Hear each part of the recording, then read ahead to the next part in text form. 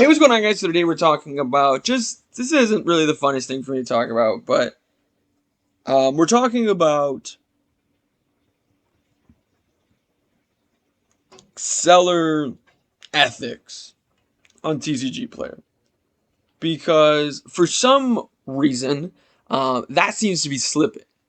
Um, I've heard a lot of stories from a lot of different other YouTube channels, and then I've read comments on Reddit posts, on Twitter, on those YouTube videos of individuals um, not sending cards, um, or individuals who have a card at a certain price and the card itself goes up a lot in value, and then they just don't send it. Um, Now, as a seller myself on TCGplayer, I hesitated talking about this because I try really hard to take the side of the seller because it's so easy if something goes wrong in the mail or if there's a misunderstanding from the buyer, it's so easy to just blame the seller and act like the seller's the worst human being to ever walk the face of this earth. So I try to side with the seller as best I can, but I have a really hard time siding with individuals, and interestingly enough, this is from the same person. And I don't really have any issue. Like, I'm not gonna blur this out or anything like that. I'm not gonna directly say their name, but you guys can obviously read who that is. Um, and you guys can let me know in the comments down below if you've bought from these people and they've done this to you too. Um, because October 2nd, which we're coming up on, was 30 days ago. I bought Blackwing Steam the Cloak on like in a video, um, on one of my penny stock market watches, because it was sitting at 25 cents a couple days after the ban list. Like, if you remember, this is when the ban list actually went live. A couple days after the ban list, um, because it was like the card was worth like $2 or $3, so I just bought 30 at 25 cents. Now sellers have 2 to 3 business days to ship out all cards that they sell. Um, if not, they get a notification from TCGplayer, and then get a notification from the individual, right? And so this does say it's shipped without tracking, which makes sense. I always ship my stuff. I usually ship my stuff without tracking. Their cards are not that big. It is a little interesting because 30 cards is a lot to put in an envelope. So that is a little interesting of a thing there. But we've seen a lot of times with sellers who sell these type of cards that randomly went up in price, but they didn't have time to change their inventory. We see they just won't send it. They'll send a refund and move on. And like I said, 2 days later, I bought these cards. I don't think any of these cards went up. Like, I just checked, this card's value has gone down since then. I would assume these two cards haven't gone up in value. Maybe Gaga Cowboy has gone up immensely in value, but I doubt it. Yeah, it hasn't. Oh, I guess it kind of has, hasn't it? Yep. No, this card has too, because it's a $6 card here, and I was gonna buy it for $2.79. So this actually could be the issue. This card, and okay, eBay bought out TCGplayer. The main two spots I get cards from, I don't know where you guys get your cards from. I get cards from, or I guess the main three spots. I get them IRL, trading, or going to a local shop, which honestly, at this point, that just might be the only place I get cards from. Or I get them on eBay and TCGplayer. That's where I get Yu-Gi-Oh cards from. Now, obviously, eBay bought out TCGplayer, so it's the same thing. I don't know why this hasn't been fixed yet. This has been talked about a lot by individuals with bigger channels than me, by individuals with 100,000 subscribers, with even more than 100,000 subscribers, talking about this issue for TCGplayer. And they just added this. And this was, I was doing the Yu-Gi-Oh penny stock market watch that I posted, and I saw this when I jumped in, and I was like, this is horrifying. This is actually horrifying to see. And the reason for that is because you are running a system where something like this, where Gaga Cowboy, I bought it for $3, less than $3, and it's now double that. So the seller decides, you know what? I'm just not going to ship it. I'm going to wait for them to ask. And that's the thing too. Like, it would be one thing if, I mean, look, it's October 30th. Like, it would be one thing when I'm doing this video. I'm not sure when I'm going to post it, but as I'm doing this video, it's October 30th, right? So you have, it's supposed to take 12 to 15 days, right? If we're being real, it's shipping inside the United States. Okay, you can go from Maine to Los Angeles or Miami to Seattle. I don't know a big city in Maine. In 12 to 15 days if you're driving. Actually, less time. Right? And not only has it been more than 12 to 15 days, it's been more than double that. It's been more than 24 days. And we're coming up on more than 30. And this is the same person, too. Right? And I'm not trying to throw their name through the mud. I'm not trying to say that they're a horrible person. I'm not even going to tell you not to buy from them. I'm just simply saying that they did this. I bought something from them on October 2nd and October 4th, and there has been zero communication between the two of us other than yesterday, October 29th, me going, I bought these cards on this specific date, and I still haven't received them. I would either like the cards or a refund. Because even though this was 30 cards at 25 cents, this was $7.95. Honestly, I don't know where you guys are at financially. Yeah, I'm not trying to say this with any condescending tone or anything like that, but $8 is really not that much to me. Okay, that's like a Big Mac meal at McDonald's. I don't really care, and this is like a biggie bag at Wendy's. It's not about the money. It's not about the fact that I didn't get this card and now, because if I got this card when I was supposed to get this card, I could sell it and remake all my money, and then I would have this card for free, Break Sword for free, Anti-Spell for free, 3 copies of Anti-Spell for free, by the way. And I've been meaning to pick up Anti-Spell for a long time. And if you've been following this channel for a while, I've mentioned that in videos before. I've been meaning to pick up this card, and I finally pulled the trigger. And now, because it got stuck in this, which ended up shooting up in price because the time rules are silly, I'm not going to get it. I'm also not going to get this card. I'm trying to run Crystal Beasts, and I can't get the card that is the one of the cards that wasn't in the structure deck because I got stuck with this. And this is all speculative. I don't know why I haven't received the cards yet. Obviously, I can't like definitively say this person did not send this package because this package includes Gaga Cowboy. Right? I can't definitively say that. I'm pretty confident though because this card, even today, because I'm pretty sure it's cooled down since the ban list hype. But this is a $2 card. It's a $1.50 card. This would have been huge for me if I would have been able to get it, 30 copies of it, flip it. And I'm not trying to complain about the fact that I got it at a cheap price and now I'm not gonna get it.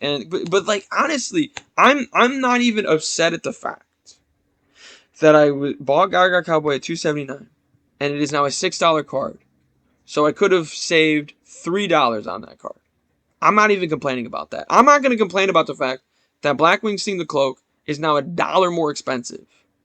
It's now sitting at about $1.20, $1.25, right? And so I could have made $30, right? Once again, not trying to be condescending. In the grand scheme of things, the $3 that I didn't get from Gaga Cowboy and the $30 I didn't get from Blackwing the Steam the Cloak, it doesn't really matter, right? I don't really care, right? Wasting $8, and because I don't have the cards and I don't have the money, right? Wasting the $8, wasting the $5, it doesn't really matter. All of that money is money. It's whatever, okay? Like $50 is when I'm out. Cool. It's a write-off. Whatever. My issue comes from like the morality and ethics of sellers on TCGplayer. Like, I couldn't imagine, and maybe this is because I have a smaller Yu-Gi-Oh collection, but I couldn't imagine. I have a card posted for $2. Someone bought it at $2. I go check the price, it's $10. I go, hey, here's your $2 back. The card's now $10. Bro, how could you sleep? Like, how could you just do that to somebody? Like, what thought process do sellers go through that makes them think it's okay to do this? Like, if you go to a gas station, and gas is a great example of it because the price changes every day of gas. If you go to a gas station and it's $3.75, that's about how much it is here in Michigan, and you fill it all the way up, they don't come knocking on your door the next day saying, hey, we got to siphon your gas because gas costs $4 now. Like if you go to, we'll say McDonald's again, and you buy McDouble, which are like, they're like $2 now for some reason. If a McDouble becomes $3 the next day, they don't knock on your door and go, hey, we need you to throw up that McDouble, right? Because that yesterday's price is not today's price. It's like, obviously, but I didn't buy it today. I bought it yesterday.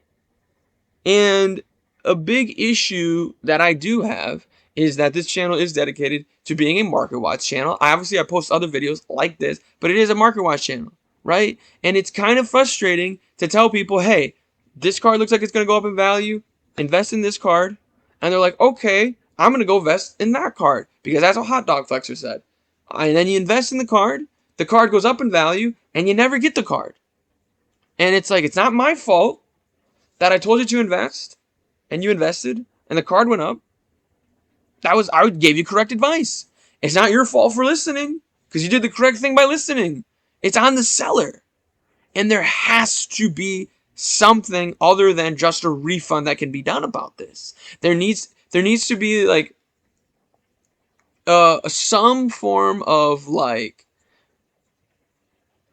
some form of system to let everybody know, hey, this person has an issue with not sending out their cards, right? That could be something interesting that I just thought of. Like, you could put by the seller name, like, this is the card comes here, and by the seller name, it's here, and it says it has this many items, and it does this many refunds a month, right? What would that look like? What would it look like if sellers had to put this many refunds a month, right? Or if there was something other than just like, oh, I can rate this transaction. Like, where do you even find that?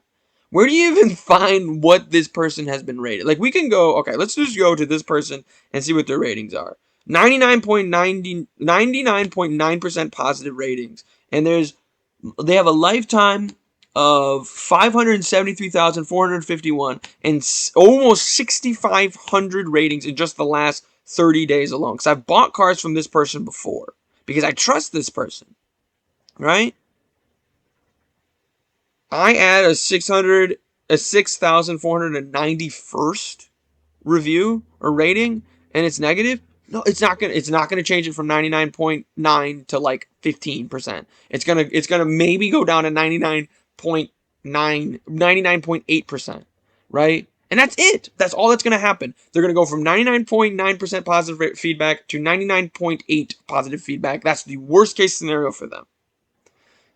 And the thing is, for me, I'm out $50. That's the worst case scenario for me. And that's the best case scenario for me is I'm out $50. And it just doesn't make a lot of sense. Or maybe I'll get the money back, right? I'll get the what is it, $8. I'll get the $13 back, right?